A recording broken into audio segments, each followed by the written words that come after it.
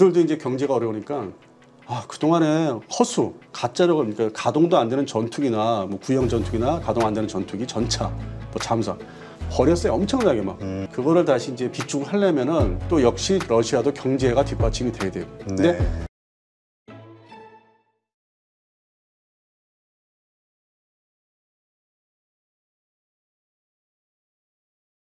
지금 그렇다면 우리 중국 군사력 네. 너무나 지금 우리가 되게 두려워하고 있잖아요. 양쪽으로 인해 전술을 떠올리면서 네. 어떻습니까? 수준과 특징. 일단 중국 해군을 말씀드리면은 그 병력 수가 19만 7천이에요. 네. 뭐 그게 많은 거라고 할 수는 없죠. 뭐 미 해군에 비교해서.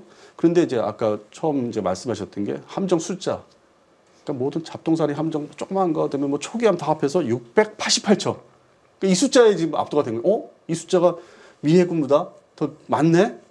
근데 이게 사실상 이 모든 688척, 이거는 대만을 완전히 먹기 위해서 거기에 집중할 수 있는 그런 전력이에요. 네. 태평양에 미 해군의 뭐 7함대, 3함대, 그다음에 일본 해상자위대가 뭉쳐서 왔을 때는 호주 해군까지 감당이 안 되죠. 전력이 하위급들이 많기 때문에 이 소위 이 서방 측에 태평양 퀄리티가 다르다. 예. 그러나 대만을 상대할 때는 대만이 그냥 바다 건너면 뭐 답이 없는. 막기가 상당히 어려운.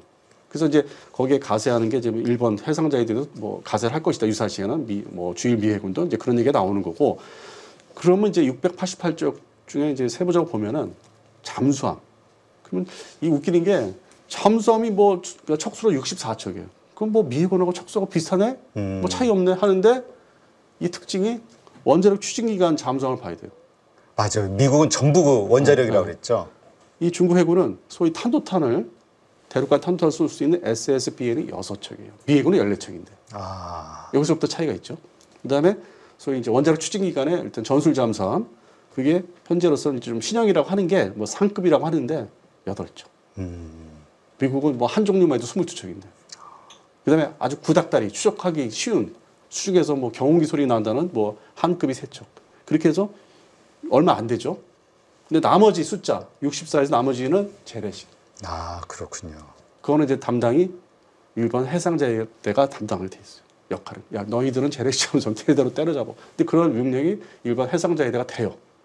그래서 거기서 뭐 한두 척 빠져나와서 우리 뭐 남해안, 서해안에 뭐 특히 뭐 동해안 기어들어오는 건 우리 또 해군이 또 막아야 되긴 하는데 그래서 역할 분담이 이제 그런 식으로는 돼 있고 항공모함. 네. 3척밖에 없습니다. 이제.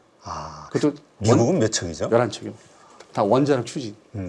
근데 중국의 항모는 재래식, 증기터빈. 그래요? 증기터빈. 이거 완전히 수준이 확 차이가 나네요. 근데 그 객관적 차이는 클까요?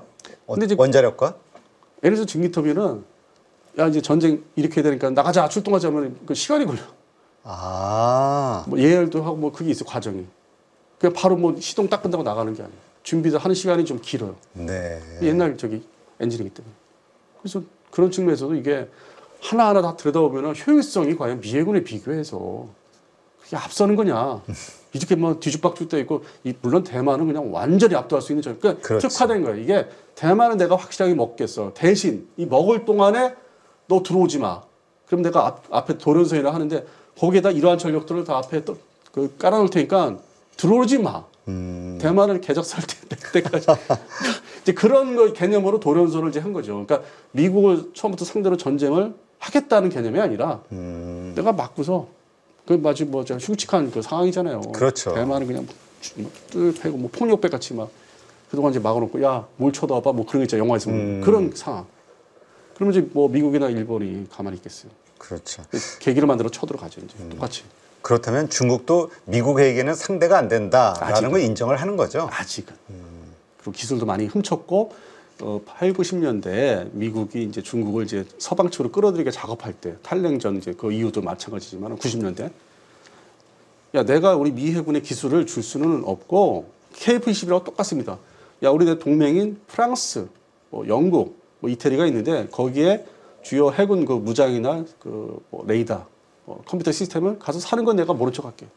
가서 사. 네. 그래서 이게 중국 해군이 처음에 출발은 러시아 기술 그 기반의 뭐 레이더 시스템, 함정 스타일링, 그다가 이제 바뀌었죠. 서방 측의 기술이 합쳐진 별종이 나온 거예요. 지금 중국 해군의 그 시스템이 별종이에요. 그래요. 네. 그러니까 미국은 스스로 이제 안 주고 있었는데 저쪽에서 같은 유사한 체계가 들어온 거야. 나토 체계가 좀 섞였어요. 뭐 헬기까지. 네. 해상 초계 헬기까지. 그래서 이제 그런 측면에서 봤을 때는 의문점이 과연 저게 유사시에 저게 혼합된 그 시스템인데 과연 제대로 전술이 나올까? 이 서유럽 시스템이나 러시아 기반 그게 섞여 있는데 그리고 미국처럼 함정 종류 체계를 좀 단일화시켜서 효율적으로 해서 운영하면은 더 이렇게 작전이 잘 될 텐데 이 중국 해군의 호위함이나 구축함이 뭐 10종인가요? 나 그거 보고 많군요. 그러니까 그런 걸 이제 들여다보면은 얘도 뭐 전쟁을 하겠다는 거야? 그러니까 이게 되겠어? 이런 효율성 미국과 비교하면 아주 엄청나게 떨어지는데 하다못해 일본 해상자에 대해 비교해서도 너무 숫자가 많은 종류가. 네. 근데 그동안에 많이 없앴어요. 구형 함정들을 많이 없앴는데도 그래요. 그런데도 10종이 넘는다. 예. 하지만 잡다합니다. 아주. 그리고 여기 상당 부분의 전투함, 소위 구축함, 호위함, 초계함 숫자에서 상당히 차지하는 게 우리 그 한반도 쪽을 이렇게 왔다 갔다 할 수 있는 뭐 한 2,000톤짜리 작은 거, 네. 화력도 약한 거, 미사일도 얼마 없는 거, 단거리 미사일. 그거를 붕어빵 찍듯이 많이 배치해 놓으니까 이게 숫자가 갑자기 뭐야 중국 해군이 이게 뭐 이렇게 많어. 근데 다 로우급이라는 거지. 네. 그러니까 대만 점령을 위한 그 특화된 전력이다. 예, 현재까지는. 근데 자꾸 이제 뭐 미 해군과 일본 해상자에다가 이렇게 막 이지스함으로 크니까 그거를 이제 막기 위해서 자기들도 이제 소위 그 중국판 이지스함 055형 그걸 이제 열심히 찍고 있는데 과연 그게 대적이 될까 숫자상으로도 정례될까 하는 좀 의문점은 있어요. 근데 지켜봐야 돼요. 지켜봐야 돼. 예. 하긴 뭐 원체 일단 어쨌든 인구 숫자에서 과학자들 숫자에서도 그렇고 워낙 이 방대하다 보니까 그래서 다들 경계하는 것 같아요. 만에 하나. 그러니까 이제 돈줄을 끊잖아요. 바이든 정부 때부터 먼저 정부 때부터 야 수출 들어오지 마. 근본적으로 다 그 돈이니까 그게 이제 소위 대한민국도 포함해서 중국 사람들은 교류 뭐 교육 많이 했던 게 뭐 90년대 중반부터 그다음에 이제 2000년대, 2010년대까지 그렇게 서로 뭐 돈을 벌었잖아요. 그게 이제 야 나도 안 벌 테니까 너도 벌지 마, 들어오지 마. 그 미국이 앞장서서 다 끊어버리는. 너 지금 나한테 덤비려고 하는데 내가 옛날 소비에트 연방 붕괴시키듯이 난 똑같이 하겠어. 그리고 이제 인도는 뭐 예를 들어서 뭐 같은 편을 먹자. 이제 주변에 포위하는 거. 그렇게 해서 지금 이게 만만치가 않죠. 중국 입장에서도. 네. 경제 분야부터 이제 또 시작을 하니까. 맞아요. 아까도 말씀하셨지만 결국 이 계속해서 훈련을 시키기 위해서는 뭔가 계속 돌아가야 되는데 결국 경제가 받침이 되긴 해야 되겠네요. 그리고 이제 우리가 이 북한과 달리 중국인들 그다음에 이제 베트남인들이 또 공산 체제잖아요. 그 정부가 일당 뭐 이렇게 돼 있잖아요. 그런데 해외 이제 뭐 코로나 전에도 그렇고 여행을 가면은 중국인들이 뭐 영국, 프랑스에 엄청나게 많이 놀러 와요. 그럼 우리하고 이제 그런 일반 사회 개념은 똑같잖아. 네. 여행도 다니고 자유롭구나. 자기가 사업도 할 수 있고. 근데 이제 그런 게 이 북한하고 다른데 그런 돈줄을 이제 다 이제 끊겠다는 거고 그러면 그 사람들이 이제 뭐 월급 문제도 있고 군인들도. 그럼 이게 이 중국 군대가 과연 효율적으로 옛날처럼 돌아가겠네요.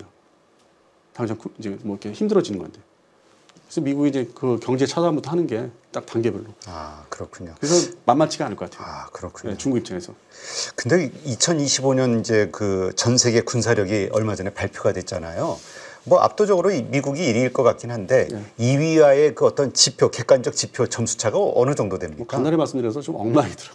아, 그래요? 그러니까 이게 핵무기 보유 숫자하고 전술 무기 다 합해서 평가를 해줘야 되는데 그걸 이제 빼고서 평가하니까 우리가 5위가 되는 거죠. 아, 우리가 엄청나긴 하네요. 그러면 전 세계 5위 군 뭐 핵무기를 제외한 네, 뭐 전투기 숫자라든지 뭐 전차 숫자가 그만큼 상당히 세계적이니까. 북한은 몇인가요?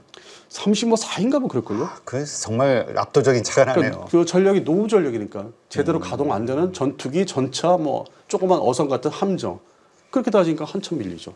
그러니까 병력 숫자만 가지고 평가를 하는 건 아닐까 재래시 전력. 근데 제가 볼 때는 그냥 재래시 전력 중심으로 한 거 아닌가.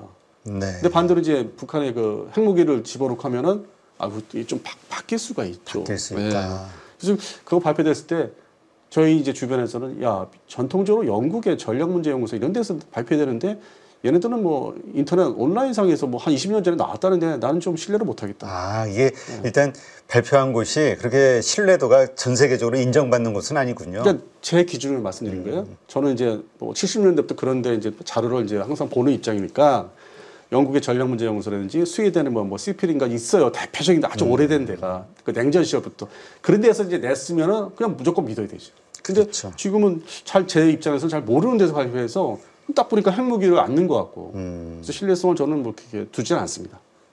아, 근데 이번에 그 러시아 우크라이나 전쟁 이것을 보면서 많은 분들이 러시아의 전력이 이거밖에 안 됐나? 다들 깜짝 놀랐었던 것 같아요. 그래서 앞서 말씀드린 대로 그 1991년 이제 소비에트 연방이 붕괴되면서 그들도 이제 경제가 어려우니까 그동안에 허수, 가짜로 그러니까 가동도 안 되는 전투기나 뭐 구형 전투기나 가동 안 되는 전투기, 전차, 뭐 잠수함. 야, 일단 우리도 좀 저기 하자. 편하게 살자. 다 벗자. 버렸어요. 엄청나게 막. 그래서 그걸 또 일부러 그 당시에는 이 러시아로 바뀌면서 공개를 엄청 했어요. 92년도 기준으로 해서. 근데 그 당시 전쟁은 6.25 연방 내전이 있었는데 그걸 해서 뭐 엄청난 사진들 그때 뭐 봤던 기억이 나는데 그래서 많이 줄였어요. 전차는 지금 현재 3,000여 대고. 근데 3,000여대도 러전제 자기들이 우크라이나 침공하면서 많이 부셔졌고. 그래서 많이 줄었을 거고 수백 대가. 그다음에 전투기도 뭐 1,000여 대, 뭐 1,200대, 300대 되는데 그것도 이제 격추된 게 또 많이 집계가 되다 보니까 그 22년 2월 24일 전보다는 못한 거죠. 그래서 약화됐고 그거를 다시 이제 비축을 하려면은 또 역시 러시아도 경제가 뒷받침이 돼야 되고. 근데 네. 지금 이제 트럼프 정권 출범하면서 러시아 경제가 또 옛날 같지 않다는 뉴스도 나오고. 그래서 지금 미국이 본격적으로 이제 팔을 걷어붙이고 중국과 러시아, 특히 중국이죠. 근데 러시아도 이제 뭐 해야 되니까 견제해서 좀 낮춰내야 되니까. 그 다음 또 3차 이 러우 전쟁을 일으킬 수 있어요. 지금은 2차거든요. 네. 1차는 2014년도 있었고, 그쪽 크림반도 쪽에서. 그래서 그런 이제 미래를 보는 거예요. 미국 트럼프 정부는 지금은 어쩔 수 없는데 정지시켜야 되고, 그러면 이제 러시아가 또 준비를 또 할 테니까 또 10년에 또 일으킬 수 있으니까 3차 전쟁을 그걸 어떻게든지 뭐 효율적으로 제재를 해야 되겠다. 이제 그 생각이 지금 집중되어 있는 것 같아요. 네, 그렇군요. 근데 이번 참 러시아 우크라이나 이 휴전이 좀 쉽게 될 줄 알았는데 만만치가 않네요. 지금 보니까. 근데 지금 무기 소모 때문에 러시아군도 지속적으로 이제 할 수 있는 입장이 아니고 좀 중간에 마치 경기, 축구 경기처럼 게임처럼 야구처럼 뭐 이렇게 뭔가 자기들이 비축할 무기들을 비축할 시간도 필요하기 때문에 어떻게든지 뭐 저는 이게 올해 안에 뭐 휴전이 되고 핵심적인 게 이제 나토의 평화유지군이 이제 그쪽에 지금의 점령당한 지역이나 서로 경계선에 투입되면은 향후 뭐 한 7, 8년, 10년 동안은 좀 뭐 서로 쉬는 시간, 물론 이제 양쪽 다 무기를 또 이제 막 더 사들이겠지만 3차 전쟁을 대비해서 그런 시기는 올 것 같고 이스라엘 지역도 마찬가지고 이스라엘 지역도 이제 완전히 끝난 건 아니고 서로가 이제 무기 비축돼야 되고 뭔가 다시 재정비해야 되니까 올해 안에 뭐 그런 두 지역의 휴전이 뭐 저는 가능하다고 봅니다. 네. 지금 이번에 가장 부각된 게 이제 드론이었는데 이것이 정말 앞으로 세상에서 정말 주력 그 무기로 자리를 잡게 될까요? 1차 세계대전 1918년도에 끝낸 1차 세계대전 때 보시면은 그때 당시 처음으로 전투기, 네. 전차, 잠수함, 화학무기가 등장합니다. 19세기 말까지의 전쟁과 달리 새로운 무기의 장르가 탄생했죠. 그러고 나서 2차 대전 때 뭐 여러 가지 항공모함도 상당히 뭐 대세가 됐었고 그래서 이게 대표적인 전쟁을 거치면서 무기의 종류가 늘어나는 거예요. 장르, 포트폴리오가 늘어나는 거예요. 그래서 그걸 추가 장만하는, 그러니까 돈은 더 많이 들어가는 거예요. 앞으로 미래 전쟁 대비해서. 갈수록 이제 국부의 차이에서 나오겠네요. 군사력도. 그래서 이 한반도에서는 자세히 그 기사들을 보면은 북한군도 그렇고 우리 대한민국 군도 그렇고 지금부터 이제 사업들을 우린 사업이라고 저쪽은 이제 뭐 자기들 획득이죠. 뭐 이제 시작하는. 이제. 그러니까 김정은도 뭐 몇 달 전에 이거 대량 생산해라. 자기도 발표했잖아요. 그 자기들 신문에서. 그러니까 이제 한반도에서 이제 이게 새로운 무기를 빨리 더 비축을 해야 되는 그런 시대로 접어들고 있기 때문에 또 이 재래식 전쟁에서는 앞으로 2030년대 일어날 수도 있는 이런 재래식 전쟁이 특히 드론 전쟁이 한반도에서 충분히 가능하게 됐다. 네. 더불어 이제 별도로 이제 뭐 우리 원자 무기라든지 아니면은 핵 추진, 그러니까 원자력 추진, 잠수함을 빨리 이제 확보를 하는 방향으로 가야 되고. 이번에 그 드론 작전과 관련해서 북한군이 상당한 기술을 습득해 올 것이다라는 걱정들이 있던데요. 물론 저는 그렇게 생각합니다. 그러지 않나요? 출발점이 같다고 봐요. 우리랑 같다. 네. 그리고 이제 우리가 먼저 그 일종의 그 UAV 큰 그 무인기 네. 정찰하고 공격할 수 있는 그 사업을 먼저 시작했는데 뭐 좀 안타깝게도 중간에 좀 이렇게 지지부진했어요. 시간 낭비했고. 근데 북한도 우리가 이제 그렇게 먼저 시작을 했기 때문에 그걸 그대로 카피 떠서 그건 실제 가동 안 되고, 그러니까 뭐 비행을 하더라도 뭐 정찰 기능이 없는 거를 이제 급하게 보여줬잖아요. 네. 그래서 큰 UAV나 자폭형 드론 이제 서로 경쟁을 이제 한반도에 시작이 됐다. 그래서 2030년대를 이제 생각하면은 우리도 좀 알차게 그리고 이제 월요일날 기준으로 방위사업청에서 어떤 그 자폭들이라든지 그거를 어떻게 급히 사겠다 발표를 이제 공식 발표를 했어요. 그래요. 네. 그래서 이제 그게 들어오면은 이제 거기서 이제 기술을 받아요. 절충교역으로 받아야만 정밀한 우리 국산 자폭 드론이 이제 나올 거예요. 지금은 뭔가 좀 믿을 수 없는. 네. 지금 급하게 나오면 좀 허접한. 그렇죠. 그래서 그런 기술은 아무래도 저쪽에 뭐 우크라이나, 러시아가 발전돼 있고, 그다음에 튀르키예, 이란, 그쪽은 이제 그거는 상대 기술이 앞서 있기 때문에 우리가 그걸 더 배워야 돼요. 네, 알겠습니다. 말씀 들으니까 전체적인 그 군사력의 차이, 그 다음에 무기 체계의 그 차이가 좀 명확하게 이해가 되네요. 네. 자, 오늘 디펜스 타임즈 안승범 편집장님 모시고 이런 부분을 좀 말씀 들었는데 아마 방송 보시는 분들도 보다 좀 명확하게 이 국가들 간의 어떤 그 전력 차이 명확하게 좀 이해를 하셨을 것 같아요. 오늘 좋은 인사이트 함께 해주신 안승범 편집장님 고맙습니다. 여러분 지금 계좌 안녕하십니까? 언제까지 물린 종목들 바라만 보실 거예요.